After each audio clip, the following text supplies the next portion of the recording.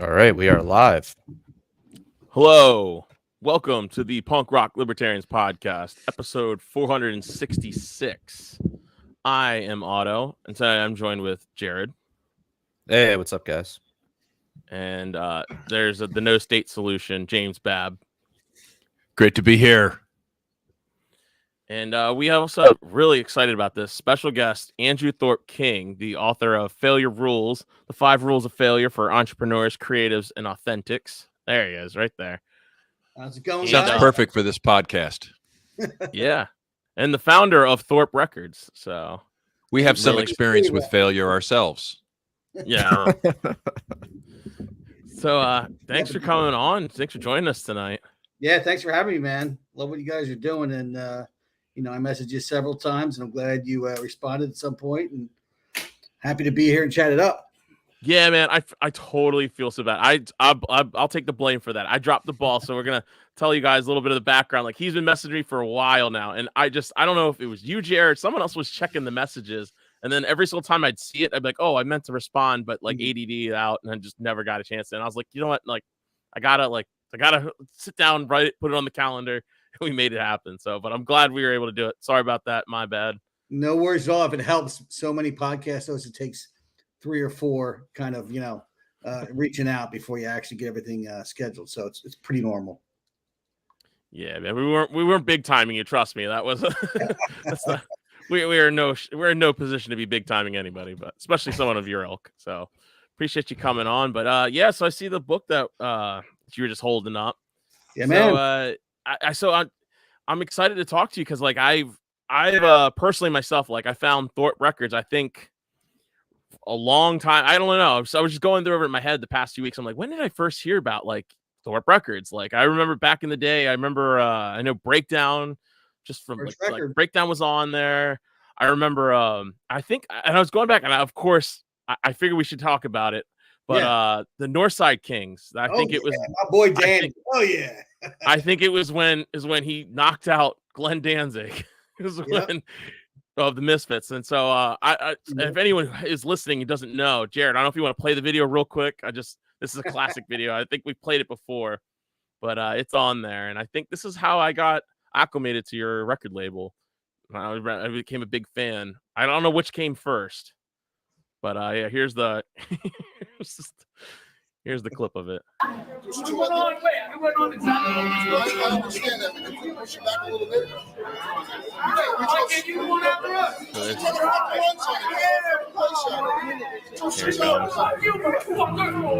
And boom, he's out. Ooh. Never gets Wait, what? So they were. What were they arguing talk about? It in a sec, but here, keep playing a little bit because there's one clip. It's the best part. So just keep playing. So Glenn Danzig's now knocked out on the ground, and this is my favorite part because we're coming right up. There we go. The Northside Kings are undefeated. So you can stop playing it now, but essentially that was it was big. I mean, that blew up. That's got like 4 million views, and that happened in 2004. Yep. And so I guess they were going to record a set for the Northside Kings. They were going to record a set for Thorpe Records. Is that how the story goes? Nah. So they the record was coming out that week. Or was it Organized in Our Neighborhood? Yeah. Which was on Thorpe Records. I think that was the 3rd full length we put out for them. It was self-titled, A Family Affair, then Organized in Our Neighborhood. At the time, I was running labels part-time in the evening. Well, it was only Thorpe then. I didn't start Sailor's Grave Records yet. Yeah. And I was working at Lumberjack Distribution during the day. I was like one of the top sales guys. And I remember when I, got the link and saw that hit, Danny called me and was telling me the story. Next thing you know, like all these different people are calling me, like Dave Stein, who's like the classic New York hardcore lawyer, like roadies for Slayer were telling me that Slayer was backstage watching over and over and over again, cracking up about it, And the story was, they went to this bumfuck town in Arizona. I forget what town it was, but they'd driven like 6 hours to go open up for Danzig. And they were excited about it. Like, they didn't hate Danzig. They were into him. Like, it was like an honor to them, right? And they get there, and I guess Danzig was, kind of big time in everybody and wanted to play early and wanted to play before them, right? And so he did, and they were like, okay, fine, as long as we still get to play. But then after he played, the venue and the promoters were starting to shut down. They were like, no more bands are playing. And they'd just driven 6 hours, to go do the show. And so Danny was a little pissed. So he went over to Glenn to see if Glenn could help and like lubricate the situation and try to get them to play. And as you see in the video, he just gave him instant attitude, and Danny wasn't having it. His Jersey Italian side came out. And boom, he put his full, grizzly bear weight into him, and bam, knocked him on his ass, and that was the end of it. But Danzig swung first, though. It looked like, right? Well, he pushed him, man. He pushed him, Huh? And Yeah, he pushed him. Yeah, he pushed him. He laid hands. He laid hands. Right. Yeah. That was instant grounds for something like that to go down. But I remember then I was a teenager at the time. I was only maybe 15, 16 years old. And that was like before social media and stuff like that. And that was like the hot thing on the message boards. Like, oh my God, you got to check out this video. It was great. And I think that might've been a little bit before, or I don't even know. Cause Madball's NYC or NYHC EP came out. And like, that was a big thing. And I remember like bands like Clench Fist and Out to Win. And I'm like, holy shit, they're all on this one record label, and I remember being so ecstatic, and so it comes to find out, like it was like this one record label, and I've been a fan ever since. And as the years went past, I never knew what happened, but apparently, like there was, you had like that's kind of like where I came. No, he dropped out. All right, well, his internet was getting a little spotty there for a second. It's getting a little spotty. Hopefully, we can jump back in. Andrew just left us for you guys listening, but who is here is Nikki P, who's on mute because he's rattling up a storm over there with his microphone. But he's on mute. Seriously, it was. You sound fine now, though. Now you're while he was talking, you just like boom, boom, boom, boom, boom. Oh, weird. I'm not doing anything. I'm just sitting here. No, you're good now. You're good now. But so he was so like I was like 6-year-old kid, so like of course I'm going through like back in the day when you were like before social media and everything, to find out like new bands and stuff. Well, I know what I did was you'd always go to like the band's webpage, and then there was always like a link of like the friends, like they'd always have like a link of like other bands that you would go to, and then like on so MySpace, find the links to that. Yeah, no, just like their websites. It was just their websites. You're so young. young. MySpace. This was like before I was on MySpace. You'd find their AOL page via CompuServe, and AOL keyword Danzig. See, back in my day, we used to have to go to shows and buy a compilation album that was going to have 30 bands that sucked, but maybe 2 good ones on it. Exactly. So there was that, which Thorpe Records had. Thorpe Records had this working class music or something, or hardworking music, I think it was called. And then also you'd go to like whoever the record label's on, you just find like whatever like album cover looked cool, you just check it out. I'm sure it was pretty good. And that's how I found out about a lot of these bands, just from going to Thorpe Records. And it was weird because I really have an affinity for this record label, which is not like the big in the scene, like a hardcore and punk. It's not like the biggest, but they have some really awesome bands. But one of the bands that they had on there is like a lasting for me is one like I absolutely love this band called Ragmen. And they were a side project from this band called Marauder. And it's one of my favorite albums to this day. Oh, Andrew's back. All right, cool. Sorry about that. Fucking connectivity issues been happening all day. Man, don't. It happens to me apparently all the time. So no worries. But I was just telling everyone like how I complain to the NSA to give you some of your bandwidth back. Like I understand they've got a lot of things to download from my computer, all the photos, all my browser history, my emails, all that. They need to know your inner psyche. Allow a little bit just left for me. That's all I ask. Give me a little piece of the pie. Right. Yeah. Just let me check my email. Or do a stupid podcast or something, like with the uninterrupted. Yeah.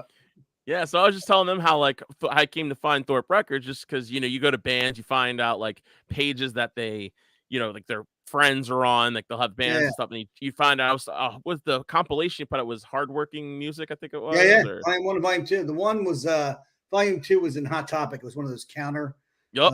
$2 sold like 10,000 of them. That was a blast. Yeah. It was like I remember getting it at like this like FYE at the mall, like when I was a teenager, just being a mall rat, just going around. And I saw it, I was like, oh sweet. So I picked it right up, Yeah. It was pretty cool time, man. And I was just saying, like, I found Ragmen was one of my like that album, that self-titled album they put out, like on Thorpe Records, was like, it's still to this day, it's like one of my favorites. I listen to it all the time.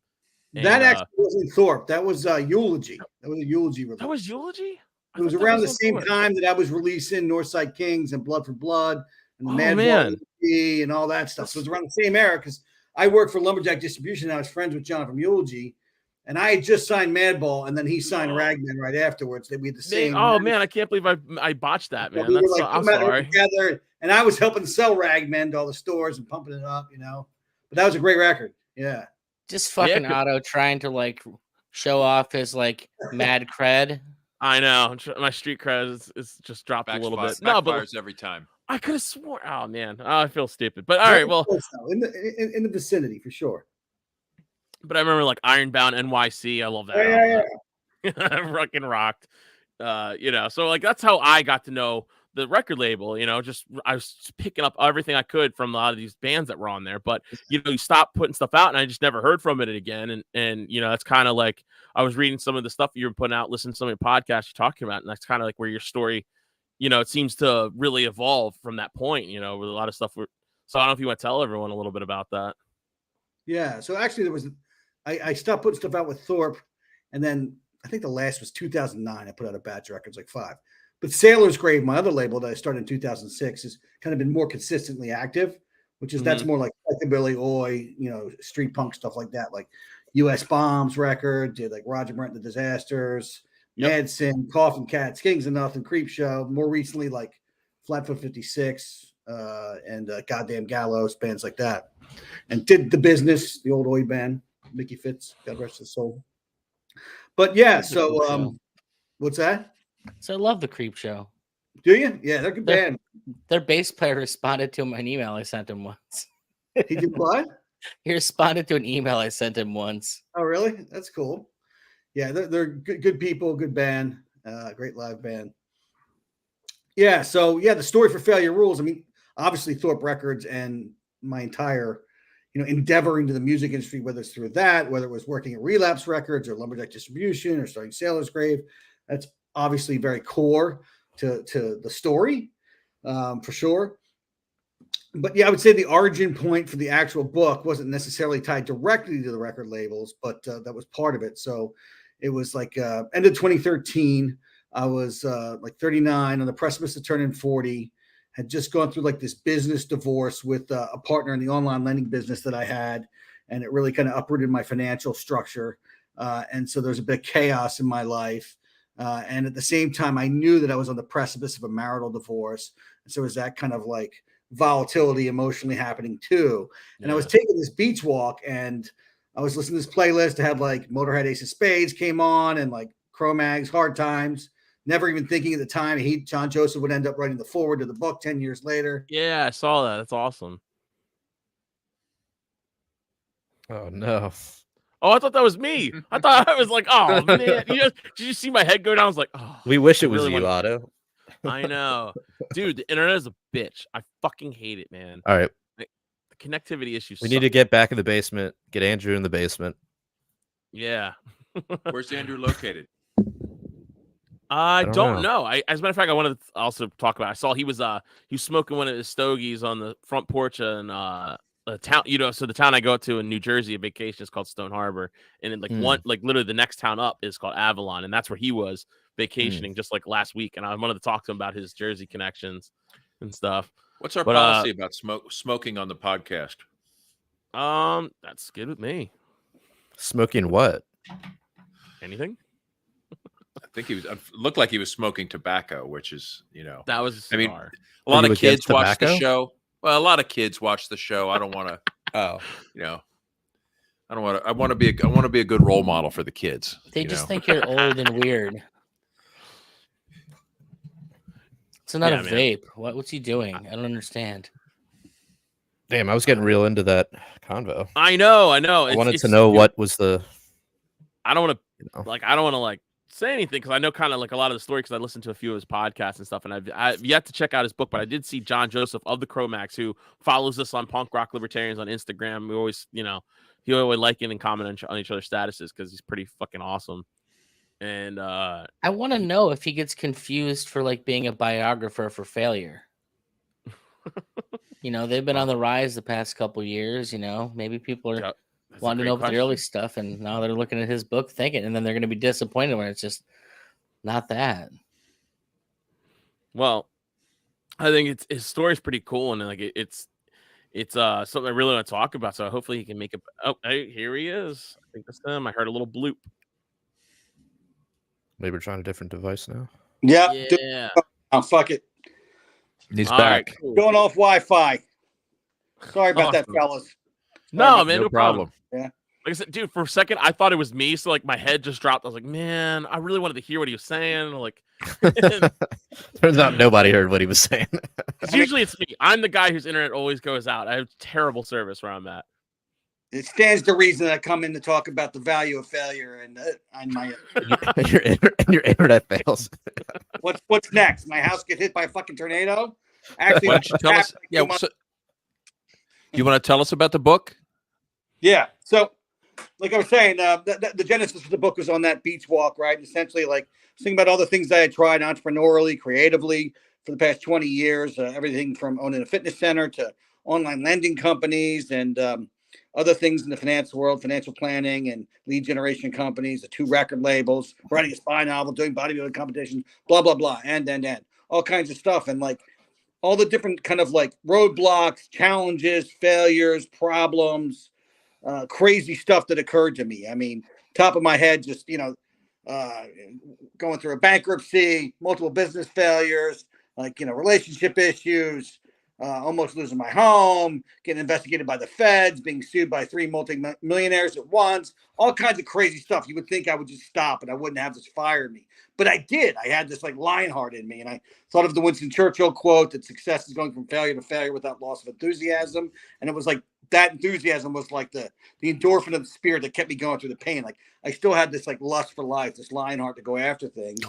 And it was partly because of like, the punk rock spirit, the hardcore spirit, and just like the spirit to want to overcome, to want to go after adventure, to want to like go after difficult, unorthodox paths. And that aligned for me with kind of like my libertarian spirit too, which is kind of like the DIY. Like I want to do things on my own. I'm going to try to make my own way, even if it's more difficult. I want to be my authentic self in the world. And it was like I thought about all the different kind of like philosophical or musical or other virtual kind of inputs that really bolstered me through all these times. And I decided that I was convicted to write a book on the value of failure and kind of chronicle my story layered in with what I thought might be lessons that I learned and some of the people that I felt I learned them from and their stories as well. And so that was the genesis of the book. So real quick, I have to stop you because you mentioned this punk rock hardcore spirit, and I've come to the conclusion over the past, say 10 years, that's all bullshit. It doesn't exist because why the fuck are all the punk rockers commies? Like I used to think it was like, hey, we're going to do it ourselves. The DIY ethos, get everybody out of the way. And yet they're just sitting there freaking Jello Biafra shelling for Hillary Clinton. Like there's that doesn't exist. It's not a real thing, man. Well, it's a real thing if you take what I think should have been the true spirit that should have been adapted and practiced and put forth all along, just hasn't been, right? I mean, you're right. Like they go from smash the state to do what the state says, no matter what, as long as it's the side that aesthetically looks pleasing to me and says the right words and has the right code speech, right? And they don't want to question anything. Where to me, it was really more like question everything. As much as we can push back against the scope creep of government as possible, we will be more free. And let's pursue maximum freedom coupled with maximum responsibility. Yeah. And to me, that was the spirit, right? And even generally, like being more associated with like the New York hardcore scene. Like I just think about like the variety of ideologies and ideas that were able to cohabitate together. I mean, you had everything from like religious bands, like the Cro-Mags and Shelter and or even like, historically like Bad Brains, playing the stage with like debaucherous bands like Murphy's Law and Scarhead and being best friends and having completely like opposing ideologies. And that was okay. Right. Or having like, I remember the story of like Bad Luck 13 Riot Extravaganza playing with Floor Punch, and, like hanging out with them afterwards. Yeah. Like, I think of that and like the tolerance for radical, like opposing radical ideas sharing the stage, because the point was not what you believe, but that this is a space where you can fucking believe whatever you want and that's okay. And we're not going to hate you for it. We're not going to ostracize for you. This is the club. This is the anti-club, right? Mm-hmm. But now it's become, this bastion of conformity. It's really just like the artistic wing of the fundamentalist wokist is really what it's come to be. Yeah, for real. And I noticed, that is a pretty dope way to put it. But like another thing, like I noticed, like really it was during the COVID times, John Joseph, like he was really on the edge of like saying, no, fuck this. Like, this is, like he was posting stuff and I could see, because I could see every single time people would like there were certain bands and members of bands that would like their status, but they wouldn't really go hard. And I credit him for like saving the hardcore scene by having that show he had a few years ago in Tompkins Park. Oh yeah. Yep. Dude, he really, really put himself on the line. Madball and and all those guys, they put themselves on the line to have a show, and they got so much shit, but they just powered through it. They just said, "Fuck it, I'm just gonna keep doing it, and we're gonna do this, and we're gonna have a show." And I think that's what made it okay for everyone else, all the promoters and everyone who wanted to like, okay, it's time, we can make this work. Yeah, no, he was definitely in the forefront, and I was heartened to see that like Madball or even like Wisdom in Chains, who played that show, who's really more traditionally, like I would view them as kind of leftist, right? Like, yeah, a lot of things they say, and I love that band; they're great, one of my favorites. But again, tolerance for all ideas, as long as you're not forcing others to adhere to your ideas, right? In some sort of like tyrannical like cultural police kind of way, and but that was definitely a great show of force for individuality, for liberty, for for standing up against imposed thought, and John since then has just been consistently hammering it. And I don't agree with everything he says, but I'm so heartened to see that he's saying what he wants to fucking say every single day, and then there's others like what's his name, Shaka from Orange 9mm, who's kind of in that vein. And then you have the Defiant, which is Dickie Barrett's new band with Pete Parada and Joey Briggs and Johnny Rio. And so you have these strains that are kind of, rebelling against the faux rebellion that has become punk rock and kind of restoring the authentic rebellion that I think really mirrors the true spirit of punk rock. Oh, for sure. Excuse me, for sure, man. Like, that's, I mean, it was so like, it's like almost cathartic. Like it was an out for us, and like it was almost taken away for good, and it was almost self-imposed takeaway. And it's like for them to say, screw it, no, we're gonna do this. It meant a lot. And like now, like I'm going to shows all the time here because we're based mostly in Baltimore, but yeah. So that's where me and Jared from, and Nikki's out there, and he's out there in Ohio somewhere. And James, where you at in Ohio, man? Cleveland. Where else is there? Shame to say, I lived in Toledo for about 7 years, but you should be ashamed. Ouch. Yeah, maybe that's why I wrote a book on failure, because I lived in Toledo. I'm not from Ohio natively. Like I'm a transplant from upstate New York, but yeah, Toledo sucks.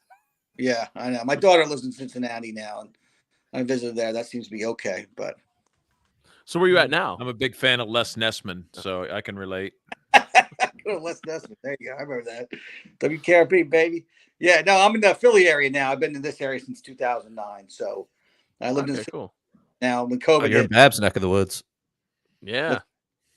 James is in an undisclosed location out in Pennsylvania. Okay. Clearly suburbs. Yeah, I'm in Philly burbs here. Yeah, I'm in Delco, bro. Delco all the way. All right. Dirt till I die. Yeah. Nice. Yeah, I was telling people when you were gone, I was like, yeah, man, I saw you were out in the beach, out in the shore, down in the shore and on Avalon. I was like, I'm always in Stone Harbor. I was like, that's so cool. Yeah, Avalon. It was a good time hanging out with the boys, getting into trouble. Yeah. Yeah, then because I know another guy I've really kind of connected with is Russ from Underdog. Oh yeah. Yeah, he's he's always in Belmar. He's like a little bit further out, like a few hours north, and he's been on this whole thing. Like he's more of like a MAGA guy, Right.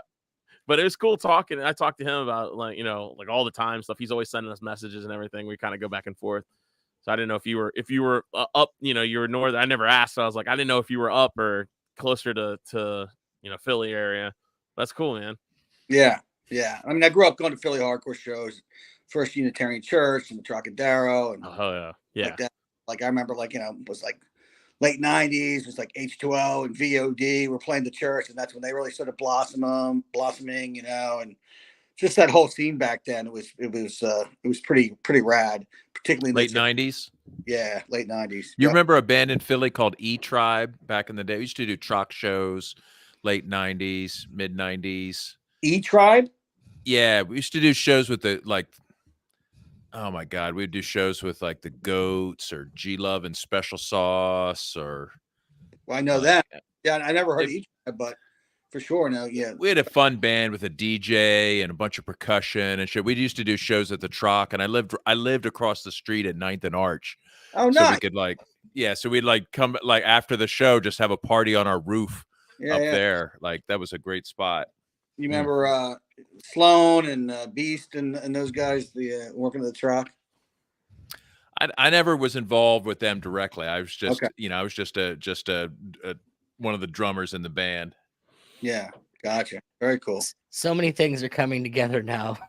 Right. Khyber Pass. Yeah, the Khyber, dude. I remember Middle East. Did you ever do shows at the Middle East? It was 1994, and the Mentors came to town, and they were playing at the Khyber Pass, El Duce, and we went there to the hell to go see El Duce, and there was like 6 people there, and we were 20 at the time, and we couldn't get in. It was a bar, and El Duce said, "Come on, I'll get you in." Next thing you know, like he's they're playing drums with dildos, and they're doing their whole porn rock thing, and whole thing experience. And El Duce was trying to get me to smoke pot, and I was straight edge at the time. I'm like, no. And who knew years later that he'd be accused of killing Kurt Cobain? It was just wild times. That's the new thing. I didn't hear that. Oh, you didn't know that? Yeah, and that was videos, and then they interviewed Duce about it, and he pointed at Alan Wrench and said Alan Wrench did it. And after that came out, it wasn't long before he was found dead behind his house on the train tracks.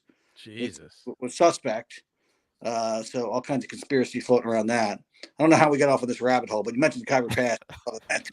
It's what we do. We always in this podcast, we're always going off in weird ass directions. You never know how you got there. What the Mentors are, right?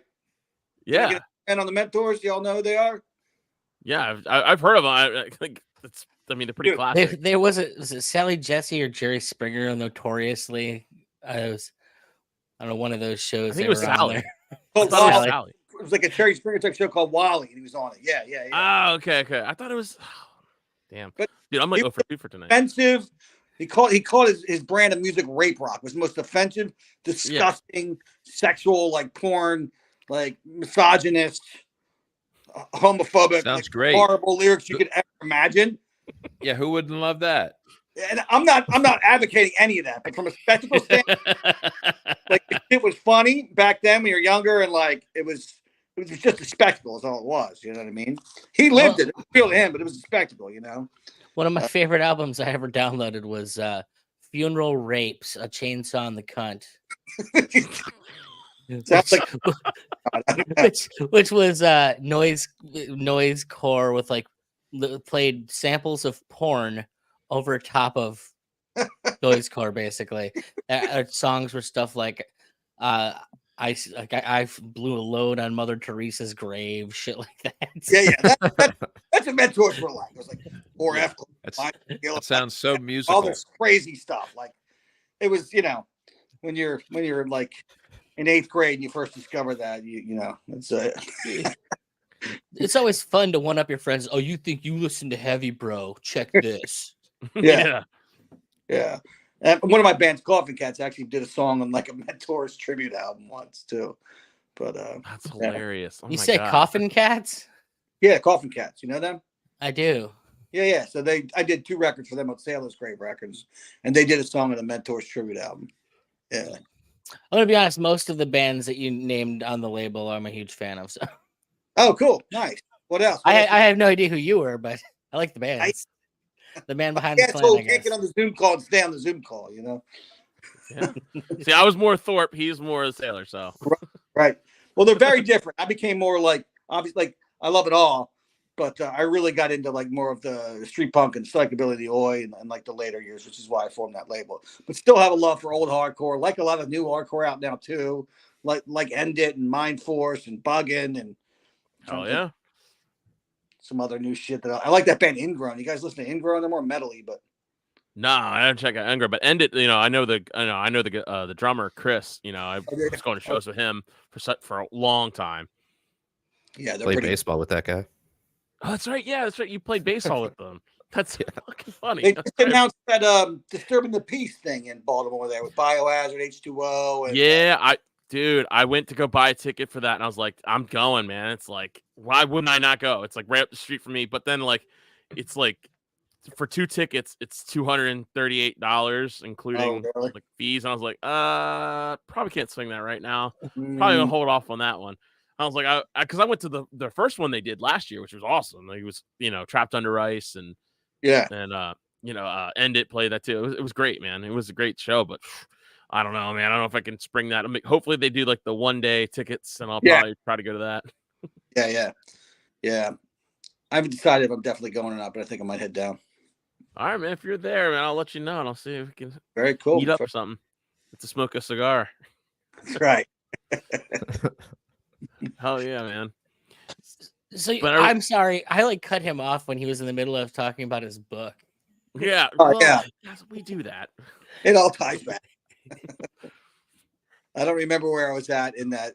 You were claiming your punk rock, hardcore, ethos. It was how you. Well, I like that you pushed challenged me and cut me off because you obviously make a good and obvious point for anybody that's old enough to understand how the zeitgeist has changed. But but for me, again, harkening back to what I view as the more authentic strain of invoking the punk rock spirit, right? So, that was part of my ethos, part of like my DNA that always kept me going and reinventing and finding new ways to express myself in the world as an entrepreneur and as a creative. And that was like the genesis for the book. It took about 7 years to write, kind of on and off. It was really like COVID, where we were trapped inside, where I was like, fuck it. And I would spend like 6 hours on the Saturdays and just dump like 6,000 words, just light up a cigar, pour an Irish coffee, and just bam, And finally got it finished. Took about 1.5 years or so for the editing team to shape it up and work with them. And I think it went from what was a really good manuscript to a great one through that process. Came out end of September last year. It's been a year. Sales are doing really well. I've been on like over 50 media, podcasts, radio shows, TV shows, all that stuff. So still doing a tour, keeping that rolling, and probably gonna do a paid speaking tour next year. So I'm talking to an agency about getting that started. And it's been cool because it touches so many spaces, right? Like here I am on Punk Rock Libertarians, right? We're like, the book's not political. I mean, I'll quote everybody in there from Stephen Colbert to Ben Shapiro, right? But if you read it, you'll get a sense that I'm more libertarian oriented. I'm not like you guys. I'm not like, I don't really know like all the libertarian like political party language. I heard you guys using this word like, what was it, based or something? I don't even know what the fuck that means. So I'm not like, I'm not like some policy guy, right? No, you're just aging yourself with that one. I like how based is now a policy term. There's like a think tank, based think tanks. There's my classes at university and like based economics, based philosophy, based art, based music, based mathematics. What is based? Tell me what it means. I don't know what it means. It means you're grounded. Cool. Grounded in reality. Oh, it's like you're hard on. I thought it was like some specific libertarian, like, purity kind of test. I didn't know what the fuck. No, but if you're grounded in reality, it means you understand that like the U.S. dollar's crap, that the U.S. government is an imperial, violent force. You understand that you don't talk to cops. You're stacking Bitcoin. You're right. You're like, I'm fucking base. Look at me. I'm not my. Yeah. Yeah. yeah. Nice. Like we would have asked, "Are you cool?" Like in the past, but now Yeah. it's like, "Are you base, bro?" Yeah. I love it. Now that I understand it, now I love it. Well, and Hell yeah. ultimately, I mean, forget Next book. politics. Put in your You next either. book.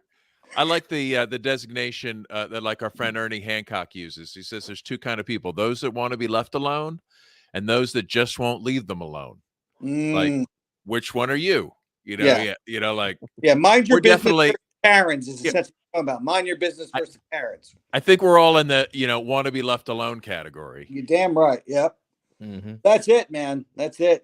Like what is it, Matt Kibbe with just don't hurt me and don't take my stuff or whatever, right? I mean, that's what it comes down to. Don't pick my pocket and don't break my bones. Like you do you, let me do me, and let no side, galvanize the government to weaponize its ideology against us, right? So, try to keep it. I mean, I view it kind of like terrorism or crime. Like you're never going to get rid of the problem, 100%, the issue, right? Like we live in a fucked up, broken, fallen world. It's wabi sabi. It's perfect because it's a little fucked up. But what you can do, hopefully, is try to create forces to at least prevent some of the egregious scope creep of government, or God forbid, even roll it back. Even if you can't, we just try to like enjoy the memes based on it, right? Like we're not even we're like we don't even care. Like if we can make good jokes about it, the world crumbling. Like I don't know what else we can do at this point. Yeah, like we've freed as many minds as we can. We've saved as many asses as possible. But now it's just time to like sit back and sort of just watch what happens. There is a little bit of that. I mean, I get that for sure. I mean, it's kind of the camp I'm in. Like, I always, you think of that quote, like, politics is downstream from culture, but I think culture is also downstream from personal ethos. So I'm just going to focus on personal ethos, right? Like, just mind my business, optimize my life. I can't control all these conditions in the world. Can't control what the government's going to do or not do, but try to find my path within that. Still try to like, bob and weave and optimize, I mean, you clearly wrote this book for libertarians because as I'm looking, it's a near 500-page book. Right. And who has more experience with failure than libertarians? Well, I mean, this is I want to point out, like, right. If anybody needs help managing their failure, it's libertarians. Most self-help and business books that I've looked at are usually like between 5 and 7 hours, which is, usually like 150 to 200 pages max. Yeah. So this is a very long business book. It is, and I turned it in at 100,000 words thinking the editing team would chop it down to 80. Instead, they're like, no, this is really, really good. You need to add in all these places, thickening it up to 120,000 words. And, people, it still reads well and smooth. And I'll believe them. But, any chapter can be read standalone. You get something out of it. So that's the cool thing about the book. Like you can snack on it. You don't even have to read it end to end to get something out of it because there's like micro stories from chapter to chapter throughout. So you're gonna have to do a little selling for me on this because I'm also noticing you've only got the hardcover option, and that's $30. I haven't paid $30 for a book in a long ass time. I don't know where you're looking, but Amazon. I got ebook, paperback, hardcover, and the audiobook, man. All 4 of them there, bro. Really? Well, Amazon's got you screwed, bro. No, They're literally they're offering Kindle and hardcover. No, I don't see anything else. It's on there. Paperback and ebook. Yep.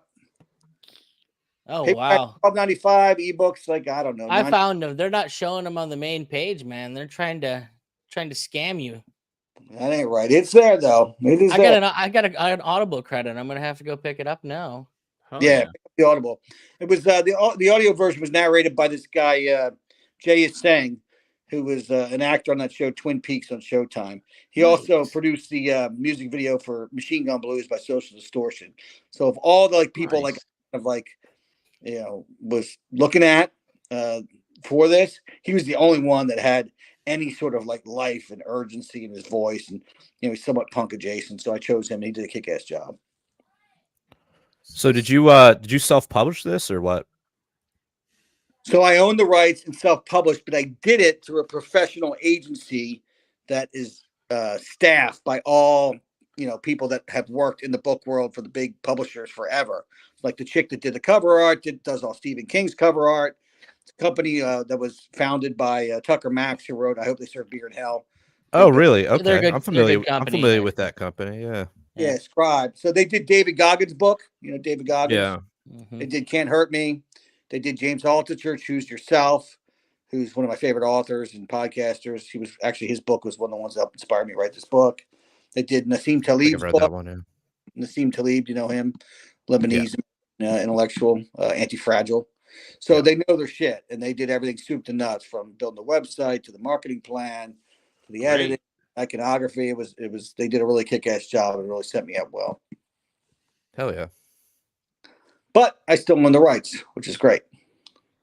Well, you paid for a marketing department, and if you'd gone to the publisher, they don't know who you are, so they wouldn't have paid for that anyway. So you made out like a bandit. Good job. Did it the smart way. Yeah, I thought of it this way. It's like the music equivalent would be like, think of like a powerhouse in its heyday, like Victory Records. Like, instead of them giving you a bunch of money, owning the rights to your art forever, and then you may or may not recoup, likely you never will. This is like the opposite.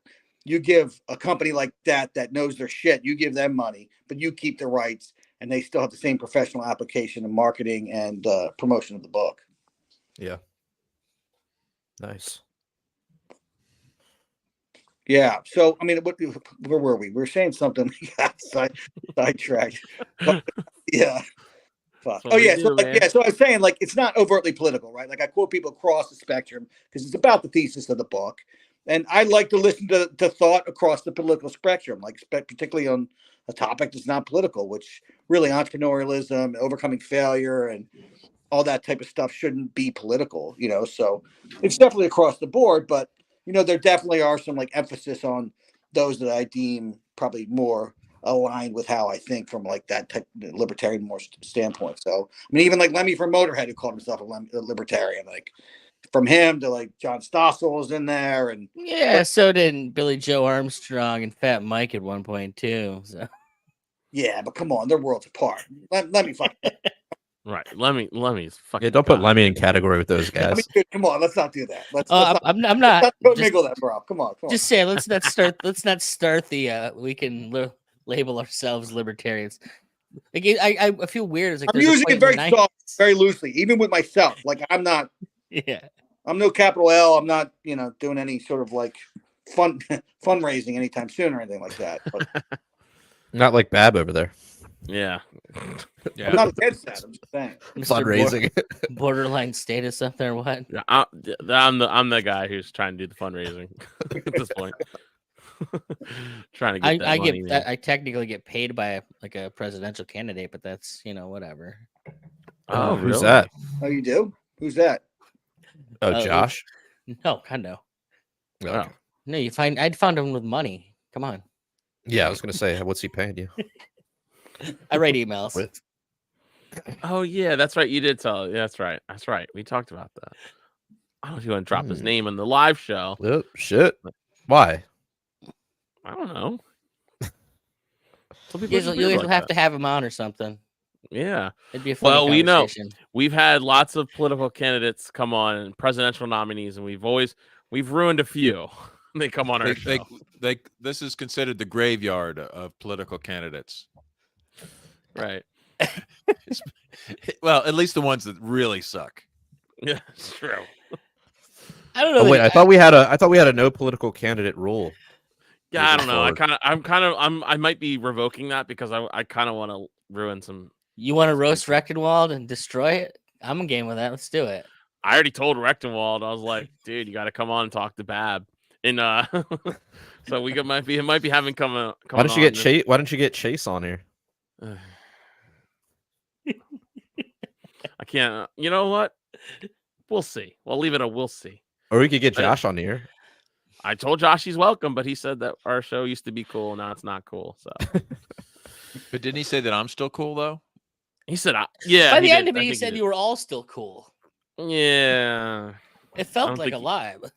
Yeah, exactly. I've never. Well, wait, read books. wasn't Fun somebody on game. the show leaking stuff to him? Private emails? I don't know. Yeah, We what could was deal up with with that? after hours.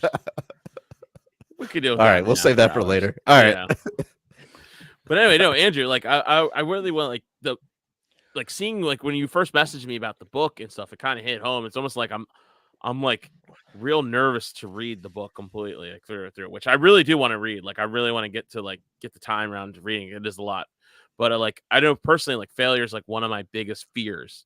I know like I can't fathom like losing my job or my kids or my wife, or like it's something like it gives me anxiety even like thinking about. So like it's something like something like this book, and even like the thought of it, like reading it kind of gives me anxiety a little bit. The like other side's beautiful, bro. I'm telling you. Well, let me just say that it's not supposed to be failure porn. It's not like I'm advocating for failure, right? No. But it's like if you're going to be living a very authentic life, and for certain creatives or entrepreneurs or just certain people, right? Like that means you're probably going to be heading down more difficult paths where failure is going to be more prevalent. So you might as well get to know it, think about it ahead of time, figure out how you're going to metabolize it, leverage it, optimize it. And this is a field manual for that, right? So it's like, it's pretty much trying to get over that fear and plan for it strategically and think about it more objectively so that you're not, paralyzed by the emotion of failure events when they strike. For sure. I'm sorry, it's kind of like maybe perfect for me to read. Exactly. So I was like, I really want to get to reading this. Add it to my collection. I'm sorry, Amazon takes so much of a cut from your Audible, but you just made a little coin. Nice, thanks, buddy. I appreciate it. Nice. It's really all about the volume at this point, man. Just keeping the algorithms going so it's recommended to other people. Well, now you've got the punk rock libertarian bump, so I expect your sales will just go crazy from here. Yeah, there we go. Oh, yeah, we go. He's got it right up on the screen. There you go. Kindle, audiobook, hardcover, paperback. It's already trending. Cover looks dope. Thank you. Right. It's gonna look cool on your nightstand, folks. You got the pork pie. It's nice. Hell yeah. Just in time for Christmas. In fact, if you have somebody who has a lot of failure in their life, this could be the gift for them. If you're listening to the show, chances are you do. I mean, you're not good at the show. Let's just say you're not making great decisions with your time. Well, I'm very happy to be spending time with other magnets for failures and fuck ups because you're here. Cocktail and my cigar. Yeah. So he's like, this should sell me so many books. These guys, none of them look like they barely got jobs. As long as they can afford it, I'm set. Put a new wing on the house. Hitting a wide berth here. There's definitely more failures out there than successful people. So, yeah, that is true. Yeah, I mean, it looks great. Like I'm really excited to read it and give it a full dedicated sit down and read, which I haven't been able to do. Like audiobook. I like, something about audiobooks where I just like, I tend to zone out more than I do actually reading, which is weird. I have the same problem.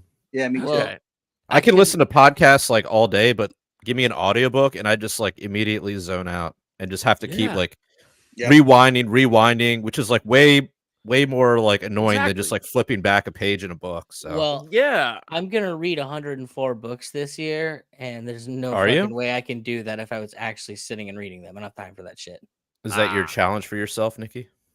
I know I set a goal every year. Last year I hit 84. 104 books. That's 2 weeks. That's 2 books a week, dude. It's the First Lady's Reading That's Initiative insane. program that he participates in. Dude, and yeah, that's Michelle Obama's. Where she challenges young people to not be so illiterate. Go ahead, Andrew. I said as long as it's not like Goodnight Moon and that's what. And all this Bill's reading the show every night to try to get him to go to bed in his PJs after he's had his nightly ass wipe. I mean, yeah. I mean, I did 1 year. I tried to do a book a week, and I think I made it. I made it like 3 months or something like that, but it just got to be like way too much work. I've had to put podcasts on hold. I made a conscious decision to stop listening to podcasts for right now. Except for ours, right? One day a week, I listen to podcasts. I mean, if you're reading like 200-300 word books, it's a lot easier. But once you get over that, it's like it's fucking nuts. Look, I'm not quite going all the way to like Man Economy and State, but usually they're about like 14-hour reads. Now, granted, I do listen to everything at like 2.5 speed at this point. Really? Oh, dude, Yeah, that's one way to do it for me. Now But your man brain economy adjusts, man. No, I listen to Brain gets podcasts you. at I listen to podcasts at like I think 1.5 or 2, depending. Man Economy and State took me like a month just to listen to, just for the audiobook of that. It was just to get through the prologue. brutal. Oh man, but I mean, it's all it's good learning, but it's just the dedication. I don't think I read it front to back. I think I read So 60% of it or something. So I'm curious, Andrew. Obviously, and I this is from a guy like my goal, and I'm working myself into marketing and stuff. Is people really don't respect and like they look negatively upon people that are in that world. Like they like to hype people making money and doing business and things like that. You get the what's the word shill used a lot when people talk about you. Is that something that you put up with, or something that you haven't really cared? You mean anyways? like self-help, like the negative optics of Well, like, it's like, dude, you're just selling false hope to people that aren't ever going to do anything, Well, I think mine's more like an anti-self-help book in some ways, right? Like you think of or like an anti-motivational. It is motivational, but it's motivational like lodged, I think, in realism and dripped in pain, right? Like, I think of like Jocko Willink, right? The whole like 4:33 a.m. waking up, and I love Jocko. He's tremendous. Met him this summer, great dude.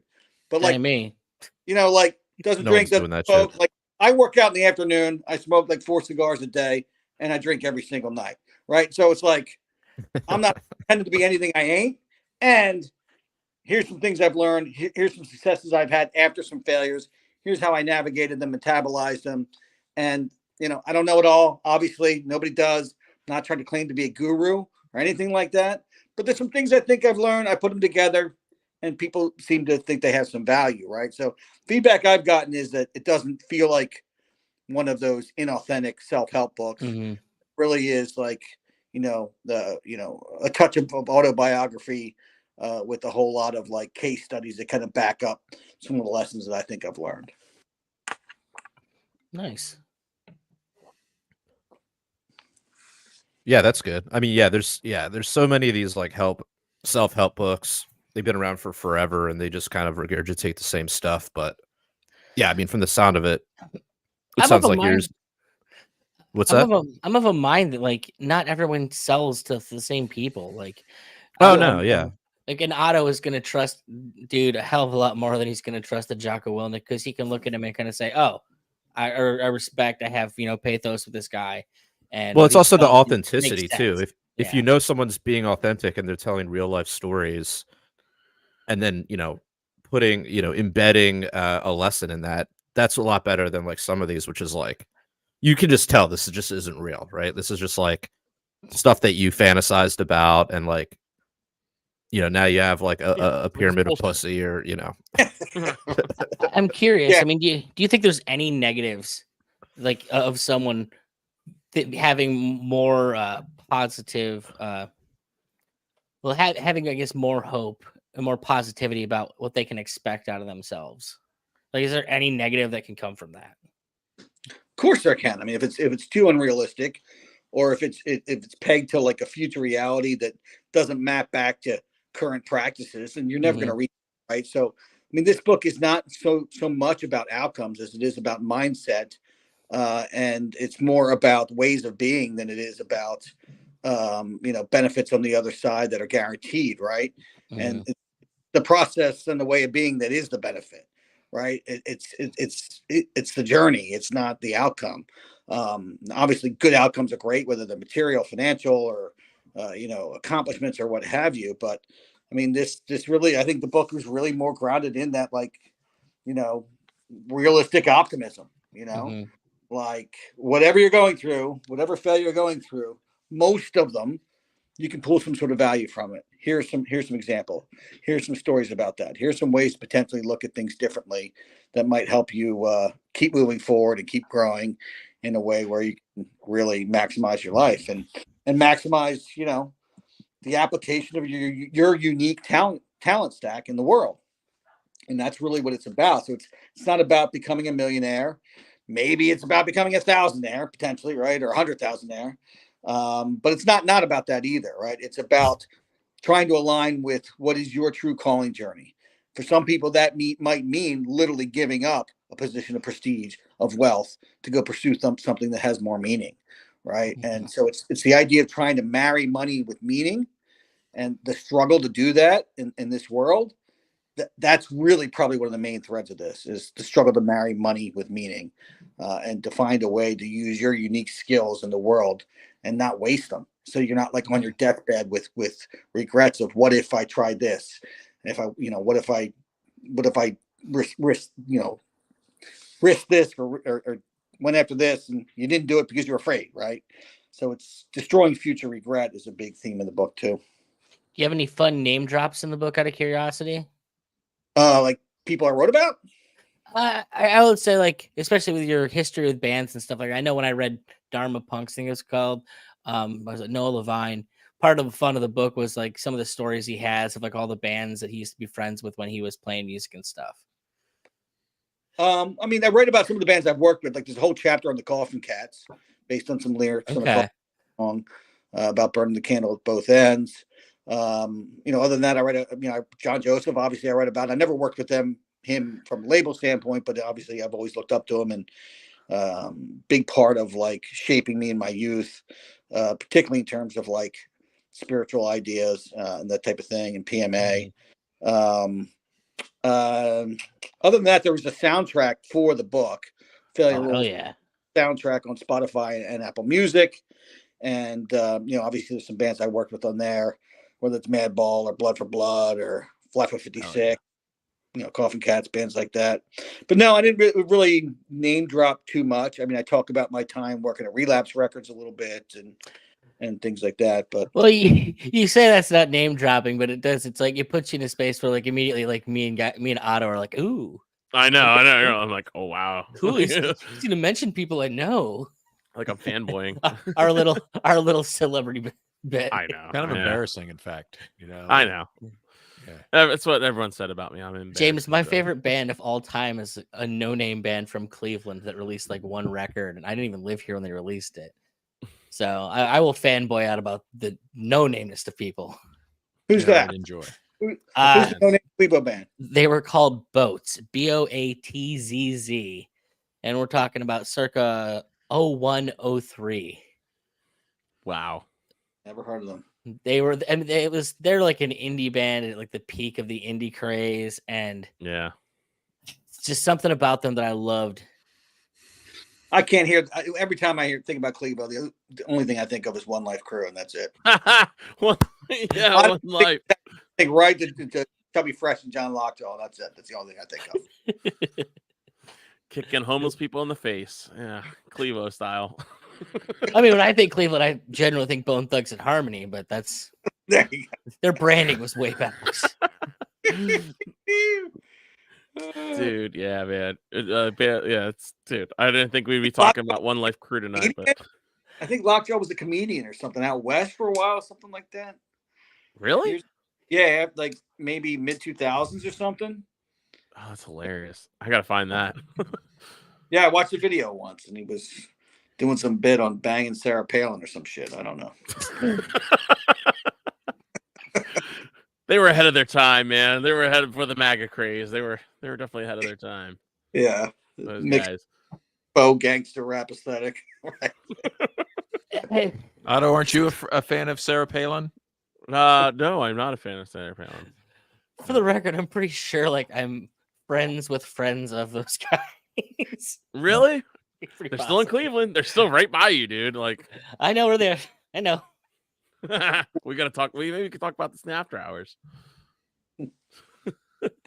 But Andrew, man, I guess we're gonna wrap things up here. But thanks for coming on and really appreciate it. This has been awesome. Do you want to plug away? Where people can find you and check out the book.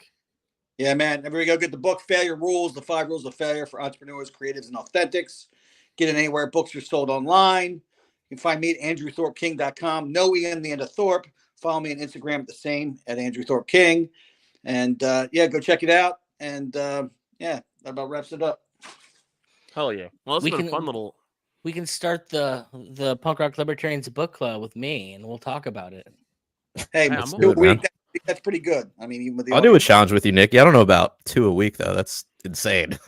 You guys have fun. I'll be working on my one book a month, like I've been. Yeah, like I did. Dude, That one was like book the a best month would be record I nice. had. Like one a month, and that was like, what economics in one lesson, and that took me like almost a month and a half. Like, because I got no See, time. for me, I don't know. I don't know if I would do it again because like when I tried to do the one a week, it was like it just became a chore, and I just stopped enjoying reading. I was just like, all right, how I'm like checking the page count. I'm like, all right, I'm at 200 out of 300. Like, when is this going to be over? But part of my like my business model is like reviews of independent authors. So okay, well, it's already not fun because it's work. I talk to independent authors, so it's like, hey, I'm finding people to like make money off of at the same time. Dude. Well, Nick, you've also been. I've been admiring your reviews of the horror movies for this year. I've been appreciating that. So why don't you tell people where they can find you, Nick P. You can go to ironagemarketing.com if you're into learning how to sell things and make more money for yourself, or nickmccone.com, which I'm currently in the process of revamping to get all of my sweet movie reviews put up on there. Cool. Hell yeah, man. Well, thanks you guys for coming on. I really appreciate it. We're going to do our After Hours podcast right after this. I don't know, Andrew, if you can stick around for a little bit for that. Sure. Oh, yeah, cool. So we're going to record that podcast right after this. But if you guys want to hear it, you guys got to sign up for our Patreon. For as little as $3 a month, you get access to the podcast. We'll send you a link so you guys can chime in, ask questions, and make fun of us if you please, and do whatever you want. But and if not, you can always check it out later. You get access to all of our hundreds of stupid podcasts we've done after hours. And so yeah, check it out. And if you guys don't like using Patreon, there's other ways to donate to the show at prlfans.com. We also have t-shirts for sale over at libertariancountry.com. If you use the code PRL or PRL Podcast, you get a 10% discount. If you use the code PRL2, you get a 20% discount if you spend $50 or more, which I know you will. And that's about it. So until next time, live free or die.